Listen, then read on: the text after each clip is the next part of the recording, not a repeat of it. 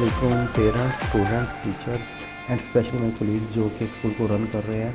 तो हम इंशाल्लाह डिस्कस करेंगे सेकंड टर्म की ड्यूरेशन एंड स्टडी प्लान को। और ये सेशन स्पेशली बहुत ज़्यादा वैल्यूएबल होगा पेरेंट्स के लिए भी और स्टूडेंट्स के लिए भी और स्पेशली कोलीग्स के लिए जो स्कूल को रन कर रहे हैं। अच्छा, इसके अंदर हम मैनेज एनुअल कैलेंडर को डिस्कस करेंगे इंशाल्लाह ताला कि आपने एनुअल कैलेंडर कैसे सारा का सारा इसके अंदर मैनेज करना है। पेरेंट्स एनुअल प्रॉब्लम सॉल्यूशंस, उनके जो पूरे साल में जो पेरेंट्स को प्रॉब्लम रहती हैं उसके बारे में हम इंशाल्लाह ताला डिस्कस करेंगे कि उनको कैसे सॉल्व करना है। क्योंकि पेरेंट्स का अक्सर ये इशूज़ रहता है कि इस वीक में, नेक्स्ट वीक में, नेक्स्ट मंथ में पर डे के लिहाज से भी हमसे पूछते हैं कि बच्चों को क्या करवाया जाएगा, कैसे करवाया जाएगा। तो इसके अंदर तकरीबन हमारे वो सारी बातें जो होंगी ना कवर हो जाएंगी और हम पेरेंट्स को पहले ही बता देंगे कि इन्होंने पूरा जो हमारा सेकंड टर्म है वो कैसे चलेगा और हमने बच्चों को कैसे लेकर चलना है, तैयारी कैसे करवानी है, सिलेबस कैसे देना है और इनको हमने किस तरह कंटिन्यू रखना है, किस तरह इनको स्टेप बाय स्टेप 1% इम्प्रूवमेंट के लिहाज से, जिसे कंपाउंड फैक्ट भी कहते हैं, कि अक्सर भी हर रोज़ बच्चे के अंदर इम्प्रूवमेंट लेते आएंगे तो इंशाल्लाह ताला वो क्या होगा कि आफ्टर द 100 डेज़ वो क्या होगा, 100% इम्प्रूवमेंट आ जाएगी। तो आपने भी इसी ही की पॉइंट के ऊपर वर्किंग करनी है ताकि बच्चों के अंदर 1% इम्प्रूवमेंट कहनी है। आपने बच्चों को जंप नहीं लगवानी कि बच्चे आपने भी आज पहले दिन है तो वो क्या कहते हैं 100% रिजल्ट देना शुरू कर दे। बल्कि कुछ बच्चे बहुत ज़्यादा आउटस्टैंडिंग होते हैं, वो तो ये कर लेते हैं। कुछ बच्चे एवरेज होते हैं और कुछ बच्चे जो होते हैं वीक होते हैं। तो हमने हर बच्चे को उसकी एबिलिटी और कैलिबर के लिहाज से ही उसको इम्प्रूवमेंट की फील्ड की तरफ लेकर जाना है स्टेप बाय स्टेप। तो इसके अंदर ये सारे सोल्यूशन मौजूद होंगे इंशाल्लाह ताला। स्टूडेंट्स को हम स्टडी मैप देंगे, स्कूल मैप देंगे और टीचर मैप होगा। टीचर को पता होगा कि उसने क्या करवाना है, कैसे करवाना है, किस तरह अपने प्लान्स को, स्टडी को, टेस्ट को, एफएलपी टेस्ट को लेके चलना है। वो इंशाल्लाह ताला हम डिस्कस करेंगे आगे। Improvement plan for the student, ये सबसे अहम चीज़ है जो मैंने अभी बात कर रहा था कि हमने बच्चों के अंदर 1% इम्प्रूवमेंट पर डे के लिहाज से लेकर आनी है इंशाल्लाह ताला। अच्छा, लास्ट पे आ गया मेक स्ट्रेटजी। उसके अकॉर्डिंग हमने स्ट्रेटजीज बनानी है कि बच्चों को कैसे हमने इम्प्रूव करवाना है, उनके अंदर बेहतरी लेकर आनी है दिन ब दिन। तो ये हमारे की पॉइंट्स है। तो शुरू करते हैं, बिस्मिल्लाह रहमान रहीम। इसके अंदर जो सबसे पहले हमें बताएंगे ड्यूरेशन सेकंड टर्म होगी। उसके अंदर अगर आप देख सकते हैं तो स्टडी पीरियड है हमारा। स्टडी पीरियड के अंदर हमारा 19 दिसंबर से लेके 27 जनवरी तक हम इंशाल्लाह स्टडी करवाएंगे। ये तकरीबन 4.5 मंथ बंदे करेंगे। इसके अंदर से आई थिंक सो जो संडे की ऑफ होता है और जो दिसंबर के ऑफ आने हैं उसको निकाल दो, तकरीबन 4 मंथ होता है। 4 मंथ इनफ होता है किसी बच्चे को किसी भी चीज़ के अंदर मास्टर बनाने के लिए। सेकंड टर्म को जो फाइनल एग्ज़ाम होंगे वो हमने इंशाल्लाह ताला 29 जनवरी स्टार्ट करने हैं और 12 फरवरी तक लेके जाने हैं। और उसके बाद जो पीटीएम हमारी होगी वो इंशाल्लाह 16 फरवरी को होगी। और जो हमारा एनुअल फंक्शन होगा वो इंशाल्लाह ताला 26 फरवरी को होगा। और जो हमारा न्यू सेशन स्टार्ट होगा वो इंशाल्लाह ताला हमारा 19 फरवरी को स्टार्ट हो जाएगा। अच्छा, इसके अंदर आपने ये देख लिया है कि duration of the second term में इसके अंदर ये आपका पूरा मैप है जो कि आपका सेकंड टर्म का है, जिसके अंदर आप स्टडी पीरियड उसको देख लिया आपने, आपके एग्ज़ाम कब होने हैं वो भी आपको आइडिया हो गया, और पीटीएम और एनुअल फंक्शन का भी आपको आइडिया हो गया। अब आते हैं हमारा जो मेन काम है टेस्ट सिस्टम के ऊपर, और उसके बाद जो आपने उनको तैयारी करवानी है, किस तरह प्लान बनाना है वो चीज़। सबसे पहले जो है आप ये माइंड में रखें कि आपकी जो स्टूडेंट्स हैं उनको आपने डेली बेस टेस्ट सिस्टम से तैयारी करवानी है। क्योंकि बहुत सारे जो होंगे पेरेंट्स, उन्होंने भी देखा कि अगर हम मंथली टेस्ट रखते हैं तो क्या होता है, कुछ बच्चे बीमार हो जाते हैं, कुछ बच्चों को कहीं जाना पड़ जाता है या बच्चे वैसे ही ऑफ कर जाते हैं। जिससे क्या होता है, बुक बेस्ड टेस्ट के अंदर आपने हर रोज़ टेस्ट लेना है इनका। कोई भी दिन ऐसा नहीं होगा जिस दिन बच्चे का टेस्ट नहीं होगा।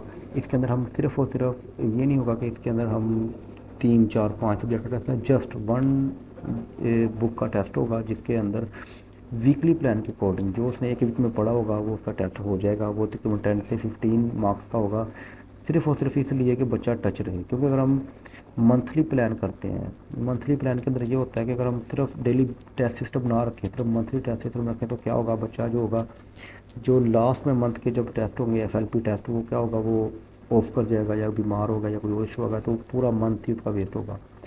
तो ये हमने बनाया है कि हमने दो कैटेगरी बना दी हैं। एक कैटेगरी के अंदर हम डेली बेस्ड टेस्ट सिस्टम रखेंगे, दूसरी कैटेगरी के अंदर हम मंथली जो होगा वो टेस्ट रखेंगे। और वो कैसे करना है वो मेरा लेना है end of the every month, यानी कि जो आपके 3 वीक्स के अंदर जो बच्चे ने पढ़ लिया वो 4th वीक के अंदर रिवीजन होगी, प्लस उसका FLP टेस्ट हो जाएगा इंशाल्लाह ताला। अच्छा, अब हमने टेस्ट लेना कैसे वो देख लें। इसके अंदर मैंने शेड्यूल बना दिया है, ये आप लोग भी बना सकते हैं। ये मंडे, ट्यूसडे, आपको पता है कि मंडे को मोस्टली मैथ का ही टेस्ट ले रहे हैं, वो मैथ बच्चों को मुश्किल लगता है और जिसकी वजह से हमने मैथ का ही टेस्ट रखा है। ट्यूसडे को हमने इंग्लिश का टेस्ट रखा हुआ है। अब टीचर्स को पता है कि हर मंडे को उनका मैथ का टेस्ट होगा और हर ट्यूसडे को उनका इंग्लिश का टेस्ट होगा। और ये मैंने क्लासेस मेंशन की हुई हैं। तो बाकी इसके अलावा केमिस्ट्री का भी प्री 9th में आ रहा है, तो उनको पता होगा जो वेडनेसडे को उनका केमिस्ट्री का टेस्ट होगा। अच्छा, ये तो हमारा शेड्यूल है डेली टेस्ट सिस्टम के अंदर। और अच्छा, इसके अंदर जो है ना स्पेशली जो मैंने फोकस किया वो किया मैंने फोकस कि जो टेस्ट होगा ना वो टीचर नहीं लेगा, बल्कि जो आपके कोऑर्डिनेटर होंगे वो उसका टेस्ट लेंगे क्लास के अंदर। और जो आपने वीकली प्लान दिया हुआ था टीचर्स को, वो बस उनकी तैयारी करवाएंगे। जो टेस्ट होगा कोऑर्डिनेटर लेगा और बच्चों को एवेल्यूएट करेगा कि उसकी कितनी तैयारी हो गई है। अगर वो तैयारी आउटस्टैंडिंग है तो वो तो सबसे बेस्ट है, अगर आउटस्टैंडिंग नहीं है तो उसके अंदर हमें कुछ सोचना पड़ेगा कि बच्चों को किस तरह इम्प्रूवमेंट की तरफ लेकर आए। डेली बेस्ड टेस्ट सिस्टम का फ़ायदा ये होगा, जो मंथली उनका FLP टेस्ट होगा तो उससे पहले पहले हमें उनको तैयार कर देना है कि उनके अंदर जो कमी है या जो प्रॉब्लम है वो सॉल्व हो जाए। अच्छा, इसके बाद हमारा स्टडी प्लानिंग, ये बहुत ही इम्पोर्टेंट है, इस पर बहुत ज़्यादा फोकस करना है आपने, क्योंकि वीकली प्लान ही आपका सब कुछ है। यहाँ पे आपने सेकंड टर्म का पूरा प्लान बना लिया, उसको आपने डिवाइड कर लेना है। आपके 4 मंथ है, 4 डिवीज़न में या 3 डिवीज़न में, क्योंकि एक जो लास्ट मंथ होगा वो जस्ट आपके रिवीजन के लिए होगा। बाकी जो 3 मंथ रह गए हैं वो आपने 3 डिवाइड्स कर देना। उसके बाद हर मंथ के अंदर आपने देखना कितना कोर्स होता है, उसको फिर 3 वीक्स में आप प्लान कर देना, क्योंकि एक वीक तो हमारा रिवीजन का है। अब आपने इस पे बहुत ज़्यादा फोकस करना है, क्योंकि आपके पास जो स्टूडेंट्स हैं वो वीक स्टूडेंट्स भी हैं, एवरेज स्टूडेंट्स भी हैं और आउटस्टैंडिंग स्टूडेंट्स भी हैं। अब जो वीक स्टूडेंट्स हैं, अगर आपने वीकली प्लान बनाया है, अब एक पहले वीक का बनाया तो उसके अंदर लेट करने के आपने 2-3 टेबल दिया था, आपने साथ एडिशन के क्वेश्चन दिए, सब्सट्रैक्शन के दे दिए, मल्टीप्लिकेशन के दे दिए। फॉर एग्जाम्पल मैं एग्जाम्पल दे रहा हूँ, इतना होता तो नहीं सिलेबस। तो अब वो जो मल्टीप्लिकेशन थी वो बच्चे को नहीं आ रही, कुछ बच्चों को, तो आपने क्या करना है, उसको सेकंड जो वीक होगा उसके अंदर मल्टीप्लिकेशन दोबारा ऐड कर देनी है। आप ये नहीं कहना कि बस कोर्स हो गया बस ठीक है, हमने नेक्स्ट उसको नहीं इंक्लूड करना, हमने कर दिया। नो, ऐसा बिल्कुल नहीं करना। वीक बच्चे पीछे रह जाएंगे, उनका बहुत प्रॉब्लम होगा, बहुत नुकसान होगा, वो आगे नहीं रन कर पाएंगे। कुछ बच्चों को पढ़ना नहीं आता, कुछ को लिखना नहीं आता, तो उनको आपने बार बार जो चीज़ें पीछे नहीं हो रही उसको आगे लेके जाना है ताकि वो बच्चों का कवर हो जाए। आई थिंक तो मेरी बात काफ़ी तक आप समझ गए होंगे कि आपको वीकली प्लान ही सब कुछ है। वीकली प्लान पे आपने बहुत फोकस करना है, इस पर कंप्रोमाइज़ नहीं करना। ये तभी इस तरह होगा जब आपको क्लास के अंदर ही कंडीशन का पता होगा, कौन से बच्चे अच्छे जा रहे हैं, कौन से वीक जा रहे हैं। अगर आपके 50% से ज़्यादा बच्चे वीक जा रहे हैं, नहीं वो उस चीज़ वीकली प्लान को अच्छा रिजल्ट नहीं दिया, तो इसका मतलब आपके अंदर बहुत ज़्यादा कमी है। तो इसको आप क्या करेंगे, इसको दोबारा जो है उसको रिवाइज़ करें या अपने सिस्टम या सेटअप को दोबारा देखें, बच्चे क्यों नहीं परफॉर्म करें। 50% का मतलब है कि वर्किंग बहुत ही कम है आपकी, तो 10 से 30% के दरमियान वर्किंग हुई है और उनकी प्रैक्टिस नहीं करवाएगी। अब इसका में इतना फ़ायदा हुआ कि हमने इस वीक में ये बच्चों को टीचर को बता दिया था, हमने क्लासेस में जाके खुद कोऑर्डिनेटर ने हमारे टेस्ट लिए हैं, टीचर को बाहर भेज दिया कि आप बाहर बैठ के अगले वीक की प्लान करें, और ख़ुद जाके क्लास में बच्चों के साथ वाइट बोर्ड के ऊपर टेस्ट लिया, पेज के ऊपर टेस्ट लिया, ताकि बच्चों की कॉन्फिडेंस लेवल डेवलप हो और बच्चों को पता हो कि ये वाकई एक टेस्ट हो रहा है जो कि वाकई बहुत ज़्यादा सीरियस है। तो अगर आपके वीकली टेस्ट अच्छे हो गए तो ऑटोमेटिकली आपकी इंशाल्लाह ताला रिवीजन होगी। रिवीजन के अंदर बच्चे जो आउटस्टैंडिंग परफॉर्म करेंगे, मंथली टेस्ट के अंदर जो आपके FLP होंगे, इसी बेस के ऊपर हमने जो है इंशाल्लाह ताला पेरेंट्स को जो होगा उनको रिजल्ट्स देने हैं। कमेंट करिए, उसके अंदर स्टेप होता है ट्राइंगल का, इसके अंदर टीचर, स्टूडेंट्स और पेरेंट्स होते हैं। अगर ये ट्राइंगल आउटस्टैंडिंग हो तो क्या होता है कि बच्चा बहुत ज़्यादा अच्छा परफॉर्म करता है, उनकी तरफ इम्प्रूवमेंट आती है और बेहतर होता रहता है। अगर ये कहीं से ख़राबी हो जाए, लेट कर ले, पेरेंट्स फोकस नहीं कर रहे लेट कर लें, आपका टीचर फोकस नहीं कर रहा या स्टूडेंट्स खुद फोकस नहीं कर रहा, तो क्या होता है कि आपको उसके बहुत बुरे फीडबैक मिलता है, जिससे क्या होता है प्रॉब्लम बहुत ज़्यादा बढ़ जाती है, बच्चा इंप्रूव नहीं करता वक्त के साथ साथ। अच्छा, स्टूडेंट फीडबैक के अंदर हमारी जो पीटीएम होगी वो 7th डेट को होगी, जिसके अंदर टीचर को भी पता होगा कि मैंने इनका जो है रिजल्ट देना है हर मंथ की 7 डेट को, और स्टूडेंट्स को भी पता होगा कि मेरा रिजल्ट मेरे पेरेंट्स के सामने जाएगा, जिसके अंदर हम तीनों लोग ही बैठे होंगे, पेरेंट्स भी होंगे, स्टूडेंट भी होंगे और टीचर भी होंगी, और साथ लाजमी बात है मैडम तो होंगी जो वहाँ प्रिंसिपल है या कोऑर्डिनेटर है। तो वहाँ पे जो कोऑर्डिनेशन बनेगी उसके अंदर हम बच्चों की प्लस नेगेटिव सारे पॉइंट डिस्कस करेंगे, उसकी बिहेवियर के ऊपर बात करेंगे, उसकी स्टडी प्लान के ऊपर बात करेंगे, जो चीज़ उनके अभी भी पेरेंट्स में बताएंगे इसकी ये चीज़ वीक रह गई है, ये बेहतर है। हम भी उनको बताएंगे कि ये इस चीज़ में इम्प्रूव किया है, पहले से इतना परसेंट बेहतर हो गया। और आप हर मंथ जब रिजल्ट देंगे तो आपने कंपेयर करना है पिछले मंथ को नेक्स्ट मंथ की रिजल्ट के साथ। अगर वो पिछले मंथ वाला रिजल्ट कम था, अगले मंथ वाला रिजल्ट बेहतर है, जितना मैंने कहा था 1% इंप्रूवमेंट होनी चाहिए, कंपाउंड इफेक्ट आना चाहिए आपका, तो क्या होगा कि बच्चा इंशाल्लाह ताला आपका बहुत अच्छा जा रहा है। अगर आपका पिछले मंथ का रिजल्ट बेहतर, अगला मंथ का कम है, तो इसका मतलब कहीं से कोई ना कोई प्रॉब्लम हुई है, कोई ना कोई खराबी हुई है। तो इसको हमने इंशाल्लाह कवर करना है इस पूरे सेशन के अंदर, सेकंड टर्म के अंदर। तो ये हमारा ये सारा का सारा प्लान था।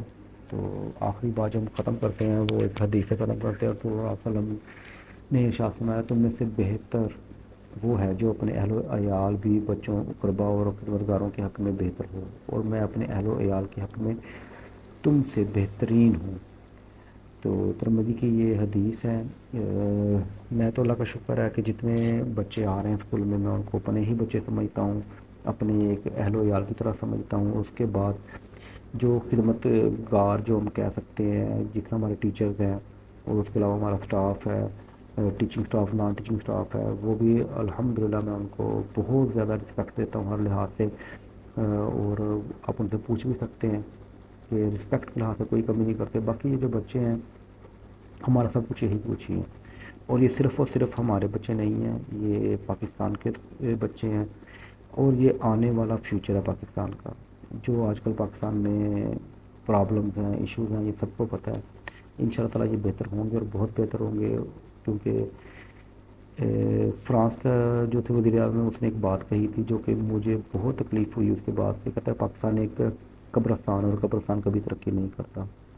लेकिन उसके जो अपनी ऑब्जर्वेशन थी उसके मुताबिक उसने बिल्कुल राइट बात की है, जिसके मुताबिक हम कह सकते हैं कि हमारे जितने भी लीड क्लास हैं या एग्जेक्टिव क्लास है, वो क्या होता है कि अपने बच्चों को पढ़ने के लिए बाहर भेजते हैं, इलाज मुआवजे के लिए बाहर भेजते हैं, सैर व तफरीह के लिए बाहर भेजते हैं, बिज़नेस के लिए, हर चीज़ के लिए बाहर भेजते हैं। लेकिन जब वो मरने के करीब होते हैं तो क्या कहते हैं कि हमारी कब्र जो है वो पाकिस्तान में बनाई जाए।